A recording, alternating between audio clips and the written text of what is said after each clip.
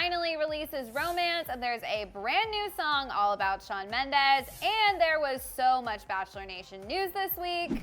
Hey guys, happy Friday. Welcome back to Shared News. I'm your host, Renee Ariel. And I'm Fiona Zaring. And because it's Friday, we gotta do our weekly recap because a lot happened this week. This was honestly a crazy week. Seriously. So much. So much. There's Taylor news, there's Bachelor news, there's Camila news, but let's start with my girl Taylor because, you guys, Taylor finally gave us an update on the Netflix documentary. We have pretty much a release date, so it's going to be premiered at in January at the Sundance Film Festival, and will be on Netflix sometime in early 2020, which is less than a month away, so I'm very, very excited. But obviously this means that she has worked through things with Big Machine. In fact, there was a source that told Variety that Big Machine reportedly did clear all of her songs, so things are happening, and they're happening quickly, and I'm really happy to hear that because as soon as she first mentioned the documentary, I was like, okay, well, like, it needs to come out tomorrow.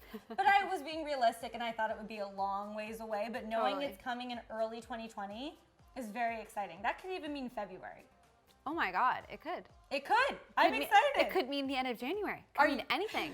I think, to be honest with you, this turnaround was not something I expected. I genuinely thought, oh great, we're not gonna see this documentary for like a whole nother year. Yeah. Like, I would like to think I'm a pretty positive person, but I have to say the whole piece being made with Big Machine and all of that came about much faster than I was anticipating, based on how dramatic it was when it first happened. 100%. Right? Like, this is real. This is like a Christmas present.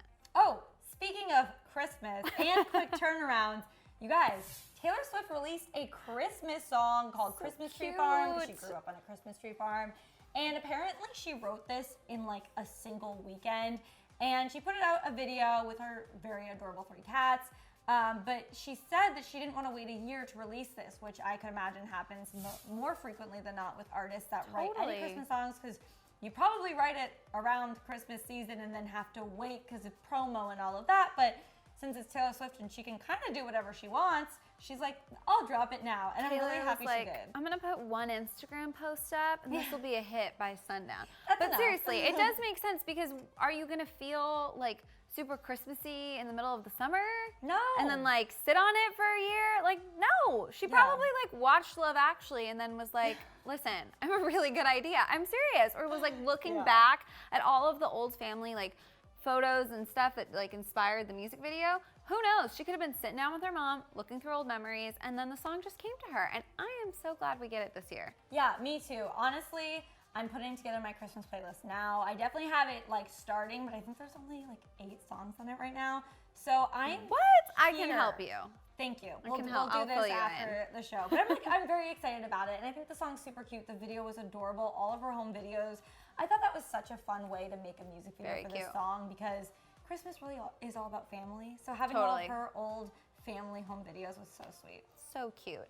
In slightly less happy and peppy news, Justin Timberlake finally made a statement on the alleged cheating scandal. If you guys don't know what's going on, photos surfaced of him and his co-star Alicia Wainwright online getting really cozy. Yeah, here's the thing. I pay really close attention to body language. I think it's a really good indicator of someone's relationship or how they feel about you. And there was a lot of touching going on. And I was watching The Real Actually, and Jeannie Mai she counted, I guess, how long the woman had her hand on Justin's knee. And it was 11 seconds, which I think is a very long time. Imagine this, ready? For 11 seconds, it still feels long. We're not even at 11 yet. We're not even at 11 yet. Here's the thing. We don't know what's going on. He said that like everyone, when statements were initially released, not by him, by his team, it was like, he is drunk. The whole cast and crew is out together. Like, we don't know. But I will say it's really, really hard, especially in this day and age, to just deny something with that much evidence without a nice, clean, personal explanation, which is what he came forward and did on Instagram. Yeah. He wrote, "This is just a part of it," but he did say, quote, "A few weeks ago, I displayed a strong lapse in judgment, but let me be clear, nothing happened between me and my co-star. I drank way too much that night and regret my behavior. I should have known better." He then went on to say this is not the example he wants to set for his son. He apologized to his family and said that he's going to be focused on being the best husband he can be from here on out. And honestly, that's going to be the end of it, in my opinion. I don't think we're going to hear anything else. I think the cast and the crew in that set is going to be very closed. They're going to be very careful about what they're going out on the town and doing during filming. And I think this will all sort of fade away. I think it will. I hope it will. I hope there's so not, too. Like, another instance of this sort. I admire the fact he put out an apology. I think he definitely owed it to his wife, Jessica Biel, who's stunning and amazing in every way. Amazing, yep. But at the same time, I do think inappropriate, which is the word he used, is a very accurate description of what was happening. Yeah. Everyone has their own definition of like what's cheating and how far something can go for, like how far does it need to go before it's actually cheating. Regardless, what he did wasn't okay, whether something happened after or not. So I'm happy he at least owned up to it. Yeah. And I just hope it doesn't happen again.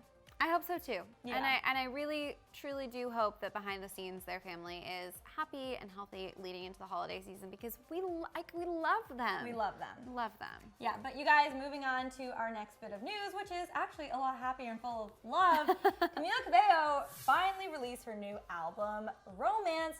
And you guys, it has 14 songs. They're all really good. And there's another song about Sean. There's honestly definitely more than one, but there's one song that's like so obviously about him that we hadn't heard before called Used to Be. And it's really cute because it's all about going from a friendship into a relationship, like when you've been friends for a really long time and then you start dating.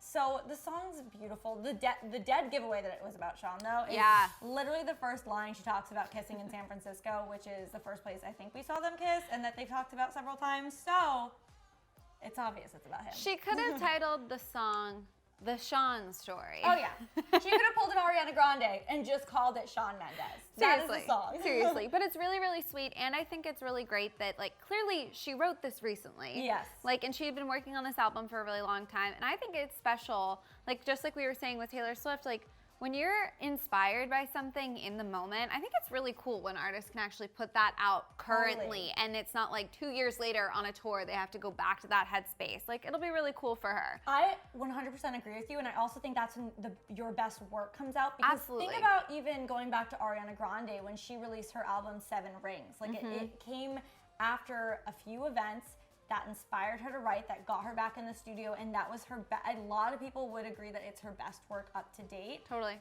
And I think with Camila, this album's just so raw and real, and it really does show all the different kinds of love, like including heartbreak, and of course true love, and unhealthy love, and there's so much in it that I'm genuinely just like proud of her. Same. We were talking about this earlier, and she had been hyping up like this album is going to sound like falling in love. It's all about romance, this and this and that. We finally sat down and listened to the whole album. I think we were both a little taken aback by like, oh, it's not all like mushy flowers and rainbows. It's a lot more real than that because love and falling in love can come in so many different forms and stages. And her album does exactly what she said it would. It shows you what that's like. So I'm also proud of her. Yeah. And there's so many good songs. I genuinely at the moment cannot pick a favorite. There's like a few that I just need to listen to about 100 more times before I come to that conclusion. Same.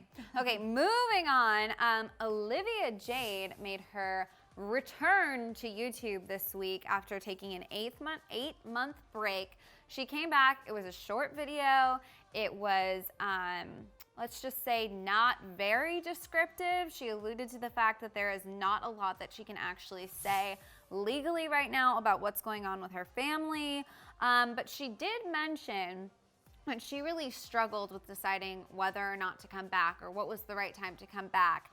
And that she ultimately did because she really missed it. Yeah. And that she made the decision for herself. And I thought it was really interesting. At one point she said something like, and I'm not trying to make this about me, but this is the explanation I have, basically. Yeah. I'm unsure how to feel. I think, well, first of all, Olivia's so young. And so I really, like, we don't know a lot of the details. And I totally get YouTube's her passion. Like, she should be doing what she's passionate about. I will say though, after the video was up, I went to her Instagram page and I looked, and I don't know if you remember, but there was an Instagram post that we actually covered where she was like flipping off the camera and basically like went after kind of just like the outlets that were saying things about her family, which again, I get, like, I'm defensive over my family, I couldn't imagine. But all that's gone. So she's doing she's trying to make her reputation good again. She cares again. And I just really, really want the best for her. I really hope that YouTube does still take off for her because that's what she loves to do. I just don't know how accepting people, maybe not people like everyone, but how many people will be accepting of it. I will say, I agree with you. She was very thankful. Like, she made a big point to thank her fans that had stuck around since it had, like, she didn't lose all of her subscribers kind of thing.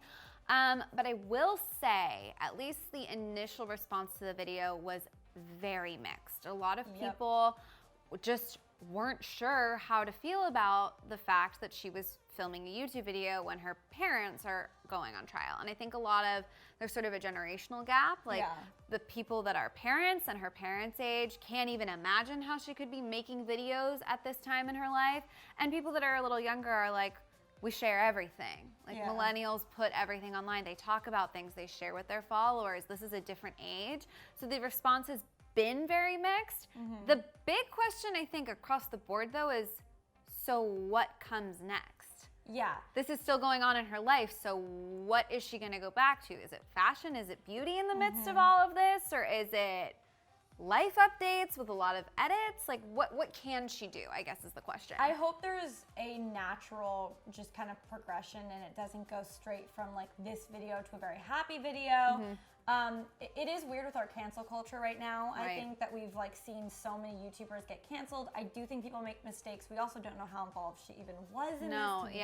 And we probably never will. Yeah. So I really am excited to see what she does, and I truly hope people come around for her. I think it's possible considering what we saw earlier this year with James Charles. I mean, that turnaround was like a total 180. Totally. So only time will tell, but we have one last story for you guys, and it's not just one last story. It's one last of my favorite topics ever. It's Bachelor news because a lot happened with Bachelor Nation this week. For starters, ABC put out a press release that pretty much hinted that Hannah and Peter may, in fact, be in that promo together because Hannah's there to win him back. That's what here's the thing though, they teased it. It's not confirmed, but they made that a possibility in my mind, and that's all I've been thinking about since that happened. And on top of that, there was a dramatic conversation that they said that will be had in that other promo that we saw where they're sitting together. They teased that saying something will like change forever. Whoa. Also, we found out this week that Hannah, after her whole reality TV tour, is going to be performing live on Dancing with the Stars. She's doing a live tour with them in 2020. So she's not done yet, you guys. She's a lot more to do. But even that's so much. Here's the thing. If you're going to spend this like crash course season in basically becoming a ballroom dancer and then perform in front of all of America, I think when somebody looks at you and says, you want to take this on the road? You go, no brainer. Because she worked so hard. Like, if I were her, I'd be like, yeah, I want to do these routines again. Yeah. Let me perform them again. Like, I put all of this work in. And she won. She won the mirror ball, you guys. But on top of that, I love that she's still doing something because I'm sure she's totally exhausted after being the Bachelorette, and then going on after the final rose and trying to shoot her shot with Tyler Cameron and then dating Gigi Hadid, and then going on Dancing with the Stars, and then somewhere in between going on Peter's season and possibly asking for, how does that girl's head stay on straight? I don't know. I really, honestly, I hope it's not her asking for him back. I don't think it is. What do you think it will be? No. I think they're teasing us. I really do. I think they're teasing us, and I also think, like, if you look at her calendar and you look at what she's been doing, she did not have time to go on The Bachelor and like actually put in any real effort to win him back. And I think Hannah's relationship with America is like so honest that I really don't see her going on the show and being like, I think I might like you. Okay, never mind. Bye. Like, that just doesn't seem like her. So I don't know. I know some people out there really want it to happen, so I'm not trying to be a hater. I don't think so. I don't think so either. But you guys, another bit of Bachelor news. Okay, so we heard about Tyler Cameron and the mystery blonde that then was no longer a mystery because we found out it is Kylie's best friend, Stassie. And there is a little update on that. So according to sources, Tyler does not want to date Stassie. He just is keeping it casual and hooking up with her. I think that is a little interesting, just considering how much they've been spotted together and the fact he's like met her friends. And can we talk about how weird it is that he dated Gigi Hadid, who's best friends with Kendall Jenner, who hung out with Stassie and him together? It'll make your head spin. In what world would you? Well, here's the thing. No, here's the thing. I think about it in like terms of like the people I know. Yeah. So if this friend was dating this friend, whose best friend was this friend, who then was like, and that sat down at a dinner party, or like everybody tried to meet up for happy hour. In real life, that stuff just like kind of doesn't work. But if you think about it, like the amount of travel they all do, they're in different states half the time. Like I feel like it's a little bit easier to end up dating someone you kind of like know has also dated without it being dramatic. And I only say that because we see it with celebrities a lot. Like we've seen Bella and the way, like there's just so much going on. And I guess it depends how the relationship ended. Right, and like what you feel towards the person, if it was just fun, I don't know. If there's still feelings there. The thing that kind of like tripped me up a little bit though was that Gigi Hadid and Tyler unfollowed each other on Instagram. Feels like drama. Yeah, and even though Tyler said like it was totally amicable and whatever, and they're on good terms and she's great and he's like kept it classy, I don't know if I necessarily believe that, because I think when you unfollow someone, that means it's either like too painful to look at them or you're just overseeing them. And either way, don't want the noise. Something's unresolved there. So because of that, that's why I think it's a little weird that he is dating his ex's best friend's younger sister's best. Oh my God, you know what this sounds like? When the Chloe and Jordan story broke and I was trying to explain their relationship with Tristan, and I was like, it's her best friends. It's too confusing. It's all with Kylie's friends, too. It is very confusing. The one thing I will say, though, and I know people love Tyler, and I get it, but, like, I wouldn't want to date Tyler right now. No. He's clearly going through, like, a dating phase and, like, getting out there and just exploring his options, and I think that's great. I just feel like as the second person in that relationship, knowing that it'll be so profiled and people are going to be so interested in it, and he maybe isn't even looking to get serious. This is all just my personal opinion. I would kind of be like, I don't want the whole world watching us if we're not even sure this is serious. Like, that's a lot of pressure. Yeah, you just feel like you're like his next girl. Right, and like maybe the next will be love. Like you always have to like keep your options open and like let love in and all that mushy stuff. But perhaps that's why he is always so upfront, because I feel like we never don't know what's going on. Like he's always letting us in. Like, no, I'm not dating her for real. Or no. Like we kind of always know straight from him what's going on. Yeah, there was like a TMZ video where they asked about it. And even though he dodged it, it's pretty obvious it's because it's like in early stages and nothing's very serious. And like, he's young. So dating is such a weird, like it's a word that it feels like commitment. Even when we're casually dating someone, we prefer in our generation to say, we're talking. Oh, we're just hanging out.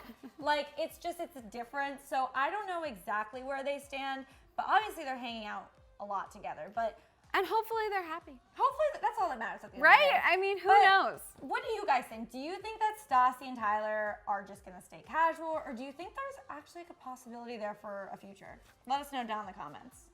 And before you go, make sure to hit that subscribe button and notification bell. And then click right over here for another new video. And as always, I'm your host, Renee Ariel. You can follow me on socials at Renee Ariel. And I'm Fiona Zaring. You can follow me on socials at Fiona Zaring. And we'll see you guys next time.